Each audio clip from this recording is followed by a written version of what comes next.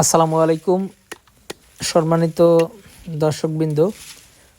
বর্তমানে আপনাদের সামনে যেই ঘাসটি কাটিং করা হচ্ছে এটি হলো অজানা হাইব্রিড ঘাস।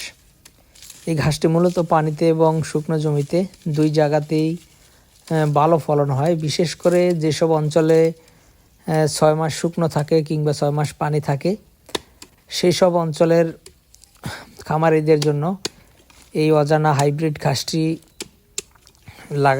লাগানোর জন্য বেস্ট।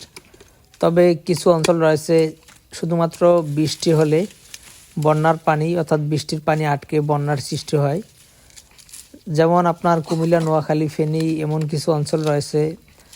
বিশেষ করে সব জেলাতেই আপনার কিছু নিচু জায়গা রয়েছে যেখানে কিনা 2, 4, 5, 7 দিন বৃষ্টি হলে সেখানে জলাবদ্ধতার সৃষ্টি হয়।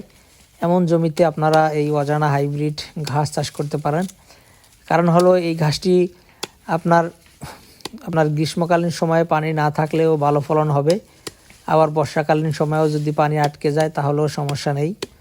তো দর্শক, এ কারণেই বলি যাদের উঁচু জমি নেই তারা এই অজানা হাইব্রিড ঘাস চাষ করতে পারেন। এটি আপনার অন্যান্য বিশেষ করে পানিতে দুটি ঘাস হয়, একটি হলো জার্মান হোয়াইট হাইব্রিড আরেকটি হলো এই অজানা হাইব্রিড। তো জার্মান হোয়াইট হাইব্রিড থেকে এই অজানা হাইব্রিডের ফলনটা বেশি এবং এই অজানা হাইব্রিড ঘাসগুলো মোটা হয়। তো দর্শক, আমাদের কাছে অজানা এবং জার্মান দুইটা ঘাসের কাটিংই রয়েছে। আপনারা যদি কেউ জার্মান হোয়াইট হাইব্রিড ঘাসের কাটিং রোপণ করতে চান তাহলে সেটাও আমাদের কাছ থেকে নিতে পারেন। আর অজানা হাইব্রিড ঘাসের কাটিং তো কাটতেছি, সেটা তো দেখতেই পাচ্ছেন।